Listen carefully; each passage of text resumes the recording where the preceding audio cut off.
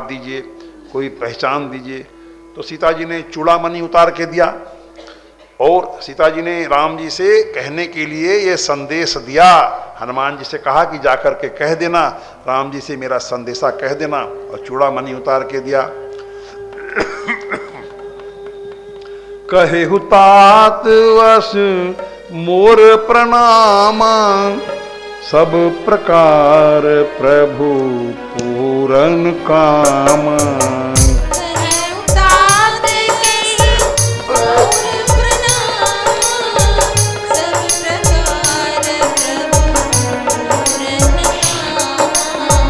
दीन दयाल बिरद संभारी, हरहु नाथ मम संकट भारी। दीन दयाल बिरद संभारी, हरहु नाथ मम संकट भारी। दीन दयाल बिरद संभारी, हरहु नाथ मम संकट भारी। दीन दयाल बिरद संभारी, हरहु नाथ मम संकट भारी। श्री राम जय राम जय जय राम, श्री राम जय राम जय जय राम। मेरा प्रणाम निवेदन करना हनुमान, और इस प्रकार कहना कि हे प्रभु, यद्यपि आप सब प्रकार से पूर्ण काम हैं, आपकी कोई कामना नहीं, फिर भी दीनों पर दुखियों पर दया करना आपका विरध है, आपकी प्रतिज्ञा है, आपका प्रॉमिस है। और मैं अत्यंत दीन हूँ, दुखी हूँ, और अपने प्रतिज्ञा को याद करके आप मुझ पर दया करें, मेरे भारी संकट को दूर करें। देखिए, ये जो पंक्ति है ये सिद्ध मंत्र है। अपने संकटों का नाश करने के लिए, भारी संकट में मान लीजिए हमारा आप घिरे हुए हैं, तो संकटों के नाश के लिए ये जो पंक्ति है रामचरितमानस की, ये सिद्ध मंत्र है। आप लोग जानते हैं, सुंदरकांड का लोग पाठ करते हैं अथवा रामचरितमानस संपूर्ण पाठ करते हैं, तो इसको जोड़ करके पाठ किया जाता है। तो ये बड़ा सिद्ध मंत्र है। इस तरह से सीता जी ने अपना संदेश दिया है राम जी से कहने के लिए, और राम जी अब समुद्र पार करके इस पार आए हैं और सबों से मिले हैं। अंगद है, जामवंत है, नीलनल है, सबसे मुलाकात हुआ है, बहुत आनंद हुआ है। और अब सब लोग आनंद मग्न होकर के मधुवन नामक बाग बगीचे में गए हैं, जो सुग्रीव का बड़ा पर्सनल बगीचा था, जिसका नाम था मधुवन। वहाँ तोड़फोड़ मचाया है, बहुत खुशी मनाई है, बहुत सारा फल खाया है। वहाँ के जो सेवक थे उन लोगों ने रोकने की चेष्टा किया, तो उन लोगों को मारपीट के भगाया है। और फिर जाकर के सुग्रीव से मिले हैं। सुग्रीव भी विचार किया है कि जरूर राम जी का काम किया है, इसीलिए उन लोगों ने मधुबन में इतना तोड़फोड़ मचाया, नहीं तो क्या मजाल मेरे बगीचे में तोड़फोड़ मचाते। अब सुग्रीव के संग में सब लोग राम जी के पास गए हैं, और जामवंत जी जाके राम जी को बता रहे हैं कि सारा काम जो है अकेले हनुमान ने किया, और हम सबों के प्राणों की रक्षा किया। राम जी पूछते हैं, आप लोग कैसे हो? सभी अच्छे हैं, और आपकी कृपा होने से ही सब आदमी अच्छा रहता है।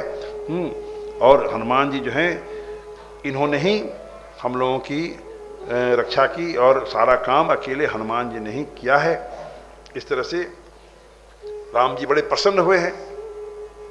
और देखिए, जब हनुमान जी जा रहे हैं राम जी से मिलने के लिए, तो सब लोग हनुमान जी की खूब प्रशंसा कर रहे हैं, लेकिन उनको अपनी प्रशंसा में अपने भगवान की प्रशंसा नजर आ रही है, अपने इष्ट की प्रशंसा नजर आ रही है, अपने राम की प्रशंसा नजर आ रही है। मैंने कल परसों की कथा में कहा था कि जो महान भक्त होते हैं, उनको अपने भीतर कोई भी ऐसा विशेष प्रतिभा, क्षमता नज़र नहीं आता है।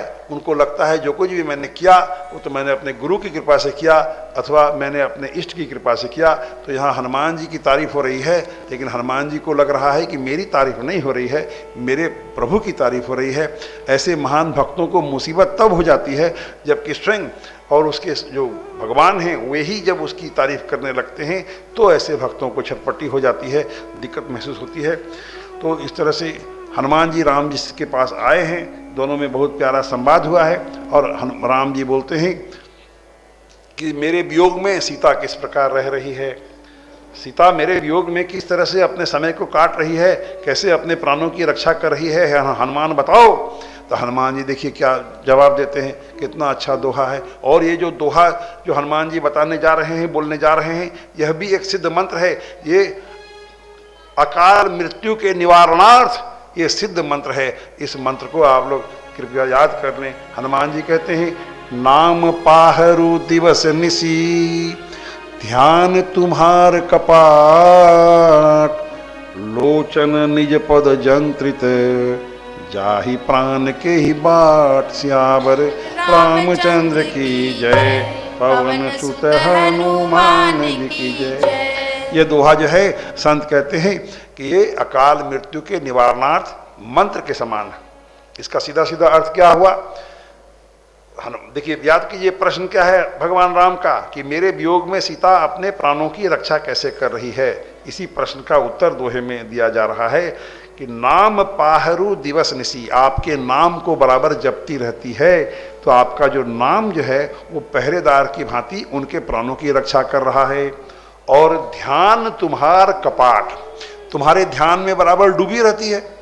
इसका मतलब कि घर का दरवाजा भी बंद है, नाम पहरेदार की भांति उनके प्राणों की रक्षा कर रहा है, और तुम्हारे ध्यान में डूबी है, मतलब कि घर का दरवाजा भी बंद है। और लोचन नेत्र, सीता जी के नेत्र, निज पद जंत्रित, जाहि प्राण के ही बाट, और सीता जी के नेत्र जो हैं अपने ही चरणों में लगे रहते हैं, मानो चरणों में जंजीर बंधा हुआ है, जंजीर में ताला लगा हुआ है, तो उनके प्राण निकलेंगे तो निकलेंगे कहाँ से, निकलने का जगह कहाँ। उनके प्राणों की रक्षा नाम कर रहा है, आपका नाम जो जपती है, आप उनके प्राणों की रक्षा हो रही है। आपके ध्यान में डूबी हुई हैं तो मानो घर का दरवाजा बंद है, और उनके नेत्र जो है उनके चरणों में लगे हैं, खुद के चरणों में लगे रहते हैं, यानी चरणों में जंजीर बंधा हुआ है, तो उनके प्राण निकलेंगे तो निकलेंगे कहाँ से। कितना सुंदर भाव है, कितना सुंदर अर्थ है इस दोहे का। लेकिन इसका आध्यात्मिक अर्थ ये है कि ये सिद्ध मंत्र है अकाल मृत्यु के निवारणार्थ। आइए अब आगे बढ़ें और देखिए अब आगे सीता जी के विषय में श्री राम जी और हनुमान जी का बड़ा प्यारा संवाद हुआ है। 22 पंक्तियों का संवाद हुआ है यहाँ सुंदरकांड में। ये 22 पंक्तियां हैं और ये संवाद जो है रामचरितमानस का सर्वश्रेष्ठ संवाद है। सर्वश्रेष्ठ इसलिए है क्योंकि इसकी फल स्तुति, इसका परिणाम सर्वश्रेष्ठ है, इसका फायदा सर्वश्रेष्ठ है। इसलिए मैं इसको सुंदरकांड की, ये रामचरितमानस का सर्वश्रेष्ठ संवाद बताता हूँ। तो इसमें देखिए 22 पंक्तियों के संवाद के विस्तार में तो हमारा आप नहीं जाएंगे, संक्षेप में चलेंगे। तो यहाँ 22 पंक्तियों के संवाद में हनुमान जी की बड़ी प्रशंसा कर रहे हैं राम जी कि मैंने मन में खूब विचार करके देख लिया हनुमान, मैं तुझसे उऋण नहीं हो सकूंगा। सुनु सुत तो ही उऋण में नाही, देखे करे विचार मन माही। सुनु सुत तोहि उऋण में नाही, देखे करे विचार मन माही। पुनि पुनि कपहि चितव सुर त्राता, लोचन नीर पुलकवती गाता। पुनि पुनि कपि चितव सुर त्राता, लोचन नीर पुलकवती गाता। श्री राम जय राम जय जय राम, श्री राम जय राम जय जय राम। तो भगवान ने खूब प्रशंसा किया है हनुमान जी की, लेकिन हनुमान जी ने प्रभु की प्रशंसा को अपने हृदय में स्वीकार नहीं किया है। मैंने पहले ही बताया, यदि प्रशंसा को हम और आप हृदय में स्वीकार करेंगे तो हमारे अंदर अभिमान आने का खतरा हो जाता है। तो प्रशंसा को स्वीकार नहीं किया हनुमान जी ने, और हनुमान जी ने क्या जवाब दिया, सुनी प्रभु बचन बिलो की मुख, गात हरसि हनुमंत, चरण परे प्रेमाकुल, त्राहि त्राहि भगवंत, सियावर रामचंद्र की जय। पवन सुत हनुमान की जय। और हनुमान जी राम जी के चरणों में गिर गए और त्राहिमाम करने लगे, त्राहि त्राहि भगवंत, मेरी रक्षा करो, मेरी रक्षा करो। किसी से रक्षा करो? विचार कीजिए, जब राम जी ने इतनी प्रशंसा की है हनुमान जी की, हनुमान जी उनके चरणों में गिर गए और बोलते हैं भगवान मेरी रक्षा करो। किस चीज से रक्षा करो? अभिमान से रक्षा करो। और तारीफ मत करो, और मेरी अभिमान आ सकता है मेरे अंदर अभिमान, अभिमान से रक्षा करो। और अब आगे भगवान बोलते हैं भाई तुमने किस प्रकार समुद्र को पार किया सो बतलाओ, तुमने किस प्रकार लंका को जलाया सो बतलाओ, तुमने किस प्रकार राक्षसों को मारा, अशोक वन को उजाड़ा। तो हनुमान जी बोलते हैं इसमें मेरी कोई बहादुरी नहीं है, मैं तो बंदर हूँ, मेरी तो इतनी ही क्षमता है कि पेड़ के एक डाली से कूदूंगा तो दूसरी डाली तक चला जाऊंगा। अरे मेरी क्या ताकत है कि समुद्र को मैं लांघूं, मैं तो बानर हूँ, इतनी ही मेरी क्षमता, एक डाली से दूसरी डाली तक जा सकता हूँ। शाखा मृग के बड़ी मनुसाई, शाखा ते शाखा पर जाई। शाखा मृग की बड़ी मनुसाई, शाखा ते शाखा पर जाई। नाधि सिंधु हातक पुर जारा, निशिचर गणपति विपिन उजारा। नाधि सिंधु हातक पुर जारा, निशिचर गणपति विपिन उजारा। मैं तो बंदर हूं, मेरा क्या पुरुषार्थ है, मेरी इतनी ही शक्ति है कि पेड़ के एक डाली से कूदूंगा तो दूसरी डाली तक चला जाऊंगा। और आप कहते हो कि मैं समुद्र पार किया, आप कहते हो मैंने लंका जलाया, आप कहते हो कि मैंने राक्षसों को मारा। नहीं नहीं, ये सब मैंने कुछ नहीं किया, वो सब तो आपकी ही कृपा का फल था। सो सब तब प्रताप रघुराई, नाछ न कछु मोरी प्रभुताई। तो सब तब प्रताप रघुराई, नाथ कछु मोरी प्रभुताई। श्री राम जय राम। जय जय राम, श्री राम जय राम, जय जय राम। तो हनुमान जी ने राम जी की प्रशंसा को बिल्कुल भी स्वीकार नहीं किया। उनको नहीं लगा कि मैंने कुछ किया, उनको तो यही लग रहा था कि भाई मैं जो समुद्र पार किया उसमें राम जी की मुद्रिका का कमाल था, चमत्कार था। मुद्रिका की शक्ति से और मुद्रिका की महिमा से मैं समुद्र के उस पार गया, और उधर से जब मैं लौट के आया तो सीता जी ने जो चूड़ामणि मुझको दी, वो चूड़ामणि की कृपा से मैं उधर से लौट के आया। मेरा तो कोई भी बल नहीं है। और इस प्रकार हनुमान जी ने प्रभु श्री राम जी के द्वारा की गई प्रशंसा को स्वीकार नहीं किया। सो सब तब प्रताप रघुराई, नाथ न कछु मोरी प्रभुताई। तो हनुमान जी के चरित्र से, हनुमान जी के गुणों से हमको आपको ये शिक्षा लेनी चाहिए कि हमको आपको अभिमान, किसी भी प्रकार का अभिमान नहीं करना चाहिए। कोई विशेष क्षमता हम में हो, विशेष कोई काम हम कर पा रहे हो, तो इसमें अपने प्रभु की और अथवा अपने सदगुरुदेव की कृपा महसूस करनी चाहिए। ये कभी नहीं समझना चाहिए कि ये मेरी अपनी कोई शक्ति है। नहीं नहीं, सब भगवान की कृपा होती है कि हम कोई भी विशेष काम करने लायक रहते हैं। हनुमान जी के चरित्र से हमको आपको ये शिक्षा लेनी चाहिए। और संवाद के अंत में अब राम जी से देखिए वरदान क्या मांगा है। हनुमान जी ने वरदान मांगा। क्या वरदान मांगा? नाथ भगति अति सुखदायनी, देहु कृपा करी अनपायनी।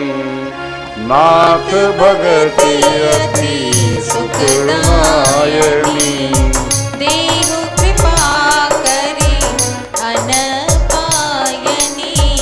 सुनी प्रभु परम सरल कपि बानी, एवमस्तु तब कहेहु भवानी।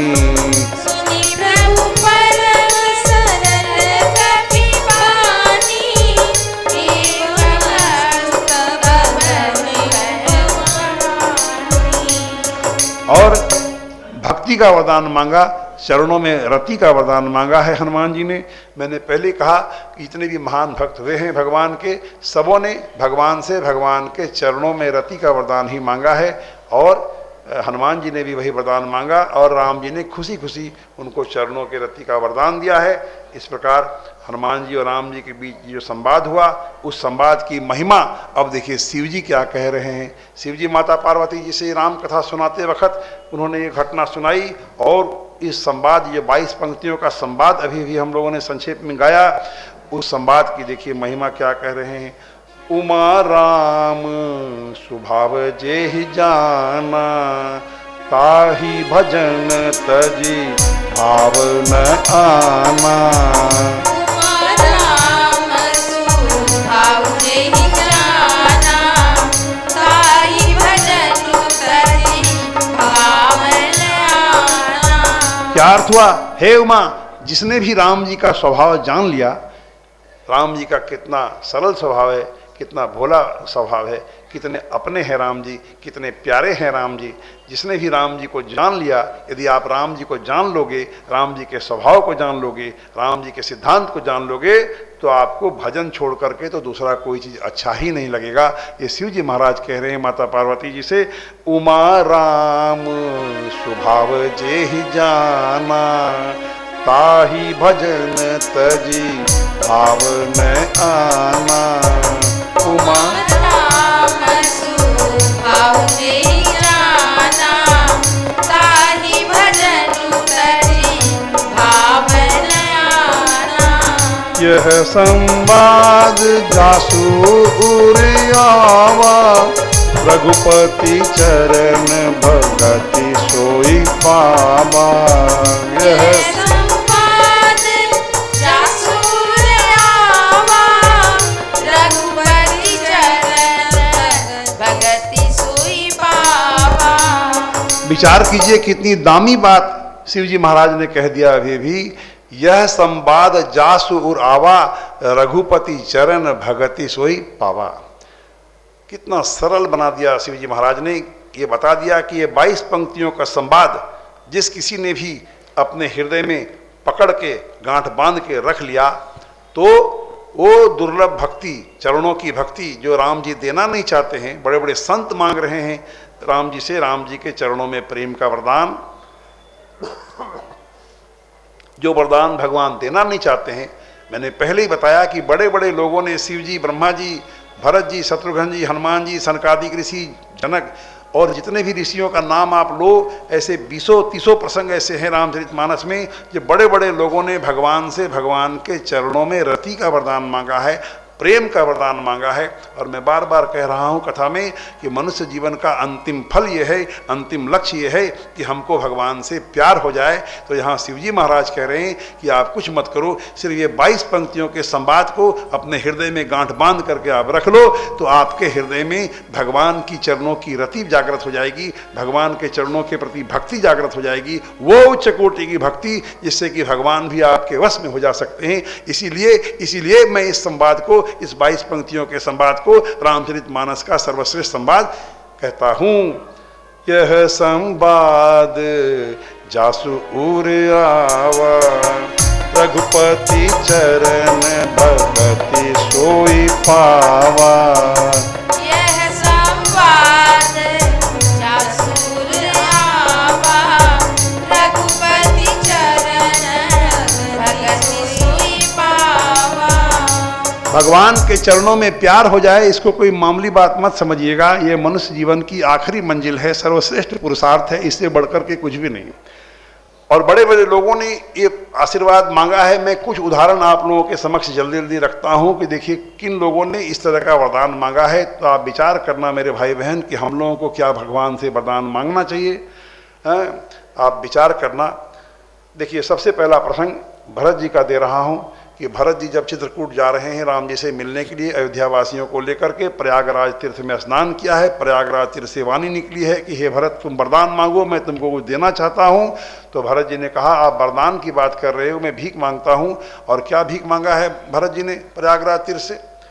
अर्थन धर्मन काम रुचि गति न चहु निर्वाण, जन्म जन्म रति राम पद यह वरदान अनुमान, श्यावर रामचंद्र की जय, पवन सुत हनुमान जी की जय।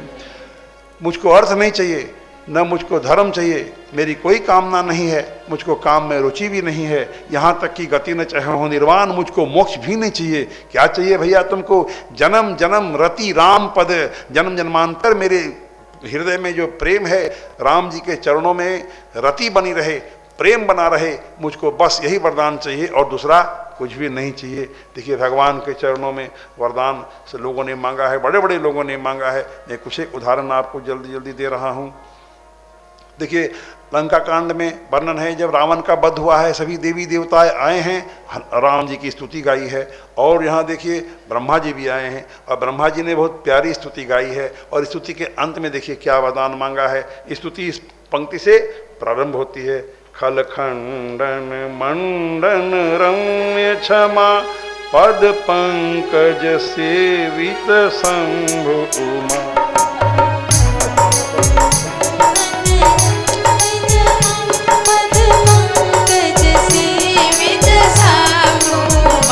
खल खंडन मंडन रम्य क्षमा, पद पंकज सेवित शंभु उमा। खल खंडन मंडन रम्य क्षमा, पद पंकज सेवित शंभु उमा। नृपनायक दे वरदानमिदं, नृपनायक दे वरदानमिदं, चरणाम्बुज प्रेम सदा सुभगं, चरणाम्बुज प्रेम सदा सुभगं। गोविंद हरे गोपाल हरे, जय जय प्रभु दीन दयाल हरे। गोविंद हरे गोपाल हरे, जय जय प्रभु दीन दयाल हरे।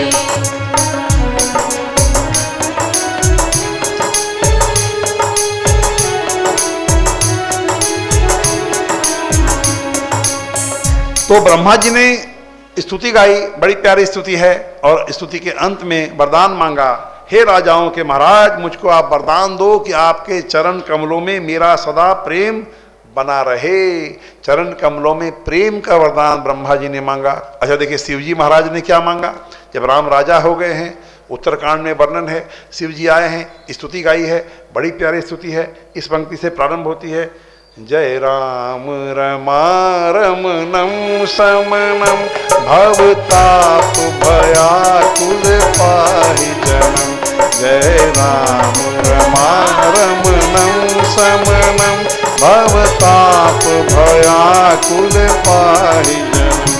अवधेश सुरेश रमेश विभो, अवधेश सुरेश रमेश विभो, शरणागत मागत पाहि प्रभो, शरणागत मागत पाहि प्रभो। गोविंद हरे गोपाल हरे, जय जय प्रभु दीन दयाल हरे।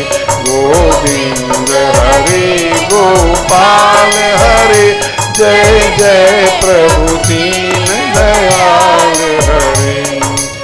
और इस तरह से स्तुति प्रारंभ हुई, लंबी स्तुति है। और स्तुति के अंत में देखिए दोहे में शिवजी महाराज वरदान स्वरूप क्या मांग रहे हैं। अच्छा विचार कीजिए, जो शिवजी मांग रहे हैं, ब्रह्मा जी मांग रहे हैं, वही चीज हम लोग भी क्यों नहीं मांगे। क्योंकि जब बड़े बड़े लोग कुछ मांग रहे हैं तो बहुत ही दुर्लभ चीज मांग रहे होंगे, बहुत अद्भुत चीज मांग रहे होंगे, तो हम भी उनकी लाइन में क्यों नहीं खड़े हो जाएं। देखिए शिवजी वरदान स्वरूप क्या मांग रहे हैं। बार बार बर मांग हूँ हर्षि देव श्रीरंग, पद सरोज वन पायनी, भक्ति सदा सतसंग सियावर रामचंद्र की जय, पवन सुत हनुमान जी की जय। बार बार मैं आपसे एक ही वरदान मांग रहा हूं, आप हर्षित होकर के, प्रसन्न होकर के मुझको ये वरदान दीजिए, हे राम जी, आपके चरण कमलों में मेरी अनपायनी भक्ति बराबर बनी रहे, अर्थात दृढ़ भक्ति मेरी बनी रहे, और आपके भक्तों का सत्संग मुझको मिलता रहे। सत्संग की महान महिमा, चरणों की रति की महान महिमा। विचार कीजिए, जब शिव जी भी सत्संग मांग रहे हैं भगवान से वरदान स्वरूप, तो हमने आपने यदि सत्संग मांगा तो इसमें कौन सी बड़ी बात। ये मारवाड़ी युवा मंच, प्रेरणा शाखा, ये दादी महिमा मंडल, इन लोगों ने मिल करके देखिए कितना अच्छा आयोजन किया, हमको आपको मौका दिया सत्संग सुनने का और सुनाने का। और सत्संग जब शिव जी मांग रहे हैं तो हमने आपने मांगा, तो कौन सी इसमें बड़ी बात। फिर से सुना दूं आपको शिव जी क्या मांग रहे हैं।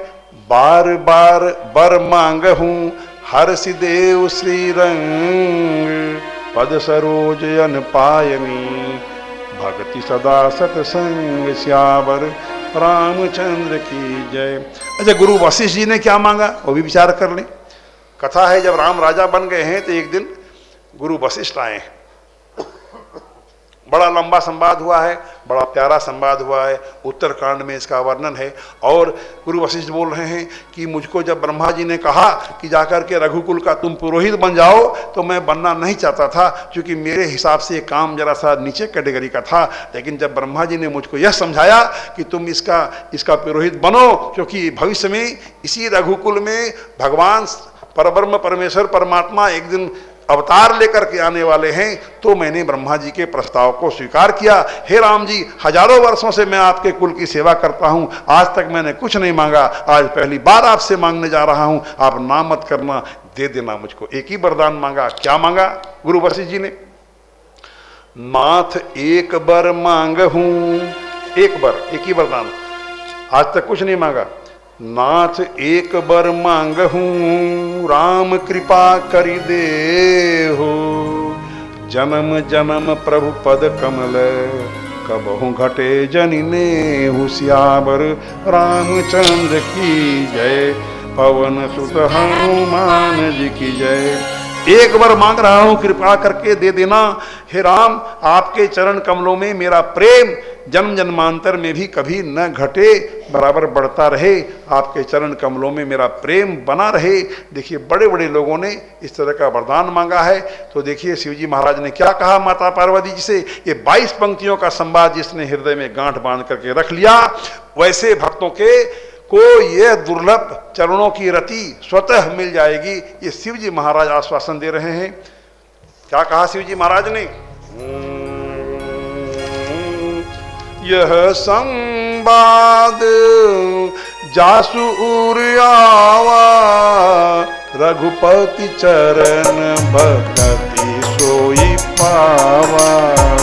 यह संवाद जासु उर आवा, रघुपति चरण भक्ति सोई पावा।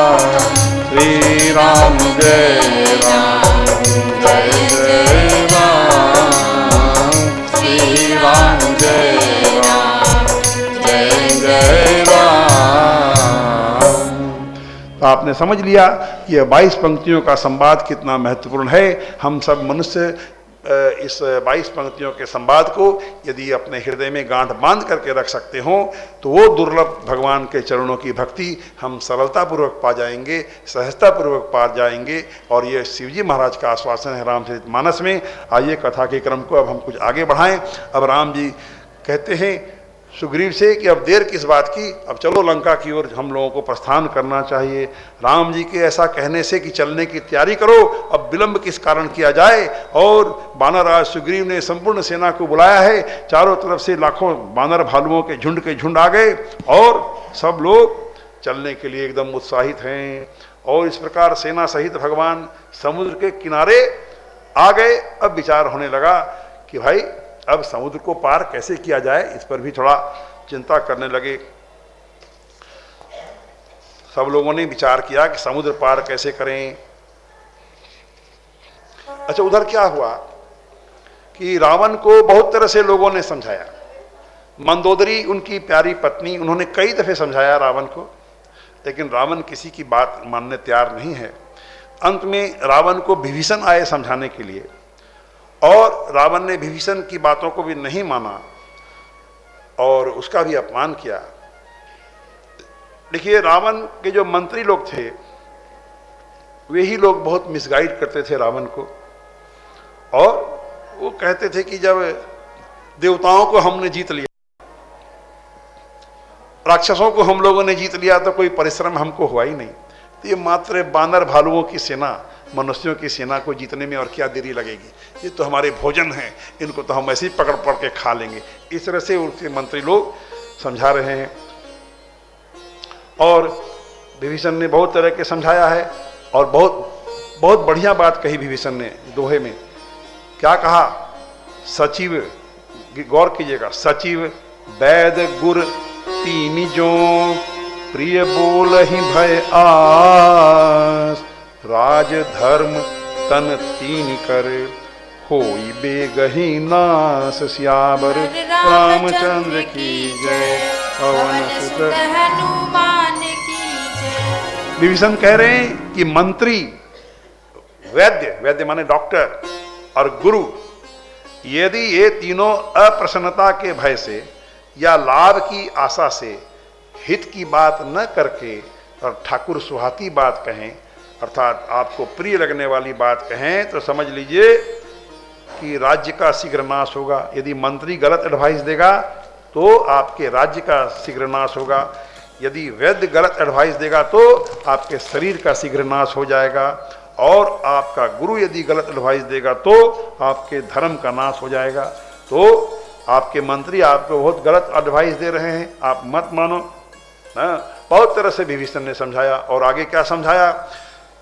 सुमति कुमति, ध्यान से सुनिएगा, ये हम सबों के लिए लागू है। सुमति कुमति सबके उर रही, नाथ पुराण निगम वस कही। सुमति कुमति सब के उर रही, नाथ पुराण निगम वस कही। जहाँ सुमति तह संपत्ति नाना, जहाँ कुमति तह विपत्ति निदाना। जहाँ सुमति तह संपत्ति नाना, जहाँ कुमति तह विपत्ति निदाना। क्या अर्थ हुआ? विभीषण कहता है कि देखिए हे नाथ, सब आदमी के हृदय में सुमति भी रहती है, सुंदर मति भी रहती है, और कुमति भी रहती है, खराब मति भी रहती है। अच्छी बुद्धि और खराब बुद्धि में रोज संघर्ष चल रहा है। हमारे आपके हृदय में अच्छी बुद्धि भी है, अच्छे विचार भी हमारे हैं, और कभी कभी बुरे विचार भी हावी हो जाते हैं, आप और हम जानते हैं। तो विभीषण समझा रहा है कि सबके हृदय में सुमति भी रहती है, कुमति भी रहती है। तो जहाँ सुमति, जिस घर में, जिस व्यक्ति में, जिस परिवार में सुमति चलती रहती है, तो वहाँ नाना प्रकार की सुख संपदा आती रहती है, और जहाँ कुमति होती है उस घर का विनाश होना अवश्यम भावी होता है। तो हमको आपको ये शिक्षा लेनी चाहिए कि घर के प्रत्येक सदस्य में सुमति रहे, सुंदर मति रहे, मेल भाव रहे, प्रेम भाव रहे, क्योंकि सुमति यदि रहेगी तो हम सबका तरक्की होगा, उन्नति होगा, व्यक्ति का उन्नति होगा, परिवार का उन्नति होगा, और सब प्रकार से खुशहाली रहेगी। तो इस तरह से बहुत तरह से समझाया, रावण नहीं माना, और रावण ने विभीषण का अपमान किया, छाती पर लात मारा, और लात मार के उसको निकाल बाहर किया कि तुम हमारे यहाँ से निकल जाओ, जाओ मेरे दुश्मन से जाके मिलो, उसी को जाकर के तुम सुंदर बुद्धि दो, हमको और ज्ञान देने की दरकार नहीं है, और उसको भगा दिया है। और आकाश मार्ग से विभीषण जो है अपने कुछ मंत्रियों के संग में और राम जी के शरण में चला गया है। और देखिए, अब राम जी के शरण में आया विभीषण। अब बानर भालुओं ने विभीषण को पकड़ लिया, कि ये रावण का जासूस लगता है। 10 आदमी 10 तरह की बात बोल रहे हैं, सोच रहे हैं भाई क्यों ये आया है, ये रावण का जासूस लग रहा है। तो हनुमान जी ने सबको समझाया और सबको राम जी के पास में विभीषण को लेकर के गए।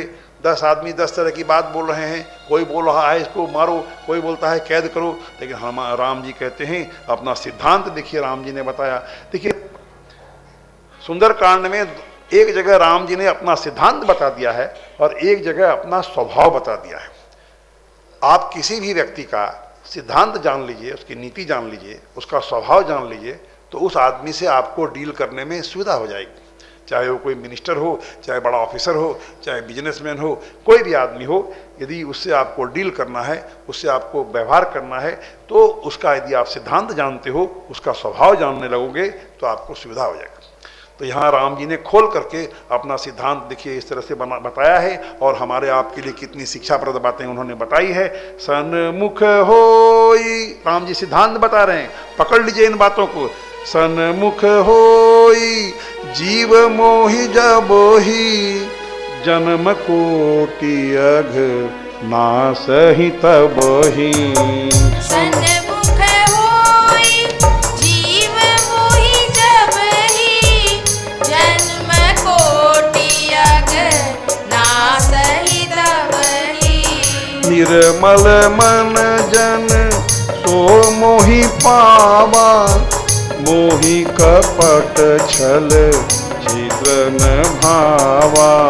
निर्मल मन जन सो मोहि पावा, मोहि कपट छल छिद्र न भावा।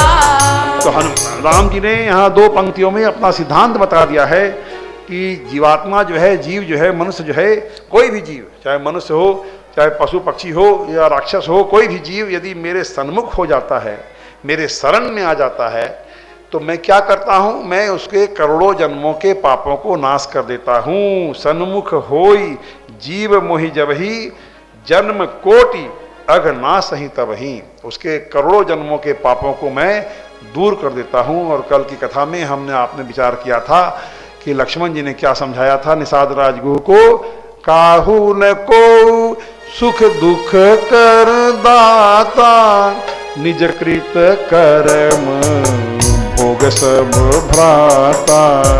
काहू न को सुख दुख को दाता, निज कृत कर्म भोग सब भ्राता। श्री राम जय राम, जय जय राम। श्री राम जय राम, जय जय राम। न कोई किसी को दुख दे सकता है, न कोई किसी को सुख देता है। जितने भी सुख या दुख हम और आप पा रहे हैं इस जीवन में, सब अपने ही कर्मों का फल हम और आप भोग रहे हैं। चाहे इस जन्म का हो, चाहे पूर्व के किसी जन्मों का हो। तो बार बार ये बात आ रही है कि यदि हम दुख पा रहे हैं तो अपने पापों के चलते दुख पा रहे हैं। और भगवान आश्वस्त कर रहे हैं, यदि तुम मेरे सन्मुख होगे, मेरे शरण में आओगे, तो मैं तुम्हारे करोड़ों जन्मों के पाप को दूर कर दूंगा। और यदि भगवान हमारे पापों को दूर कर देते हैं तो जाहिर है कि दुख भी हमारे अंदर से भाग जाएगा, हमारे जीवन से दुख भी भाग जाएगा।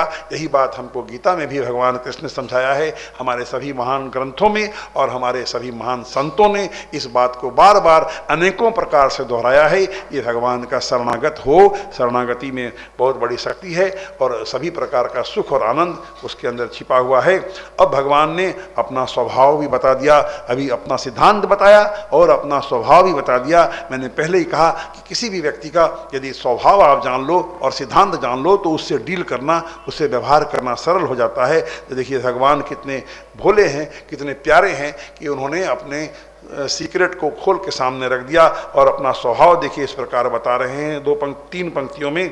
ध्यान से सुनिएगा, यदि भगवान के स्वभाव को आप जान लोगे तो भगवान से डील करना आपके लिए सरल हो जाएगा, भगवान से व्यवहार करना आपके लिए सरल हो जाएगा।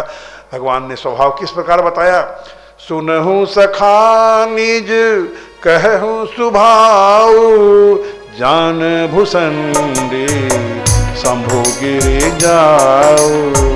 सुनहु सखा निज कहूँ सुभाव, जान भूषुंडी शंभु गिरि जाओ। जो नर होई चराचर द्रोही, आए सभय शरण तकी मोही।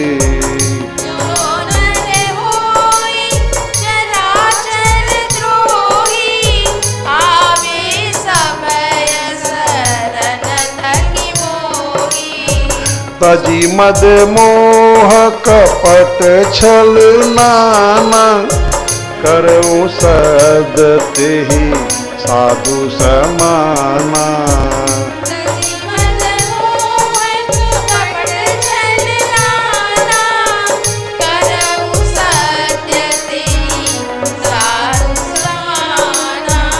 तो यहाँ भगवान ने अपना स्वभाव इस प्रकार घोषित कर दिया है कि कोई भी पापी से पापी मनुष्य भी, बड़ा से पापी, इस दुनिया में सबसे बड़ा से बड़ा पापी भी यदि भगवान कहते हैं कि मेरे शरण में आ जाए, हाँ, और भगवान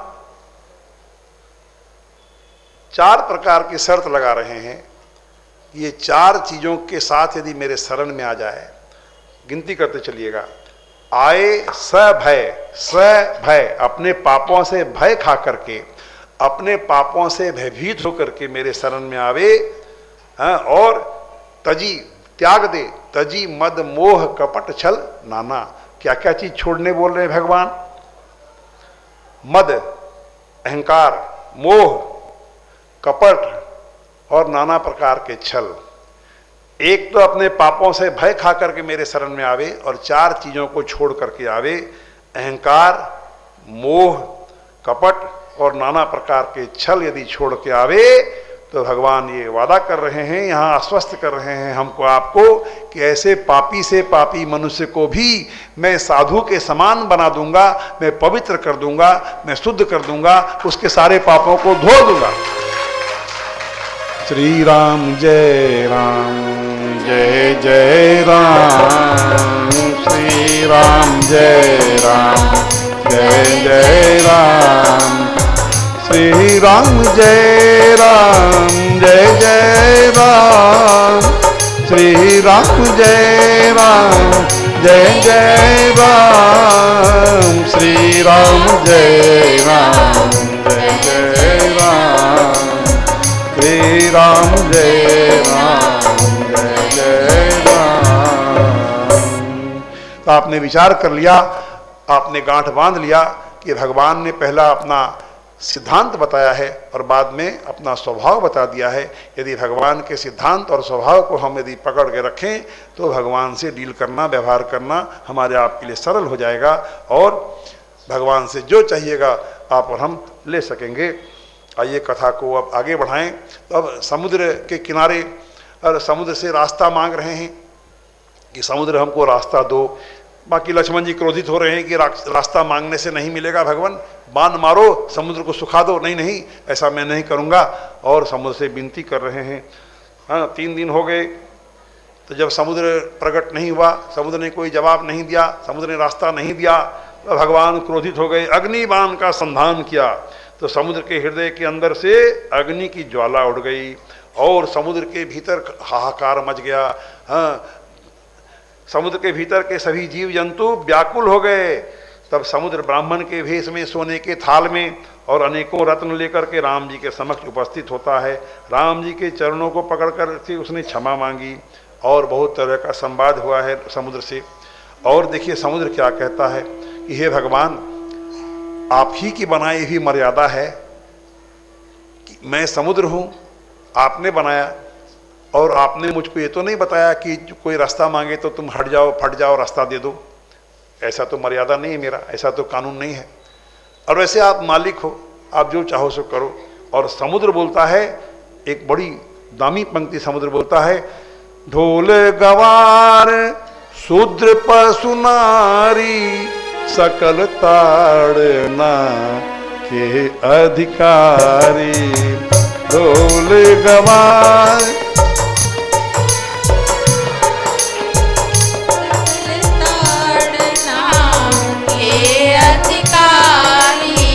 श्री राम जय राम, जय जय राम, श्री राम जय राम, जय जय राम। इस एक पंक्ति के चलते बहुत सारे लोगों को बहुत तरह का कंफ्यूजन है। खास करके बड़े शहर में जाइए, पढ़े लिखे नौजवान नव युवतियों से बात कीजिएगा तो नाराज हो जाएगा इस पंक्ति के चलते कि नहीं पढ़ेंगे तुलसीदास जी के रामचरितमानस। क्यों भाई, क्यों नहीं पढ़ोगे? उन्होंने लिख दिया, ढोल गंवार शूद्र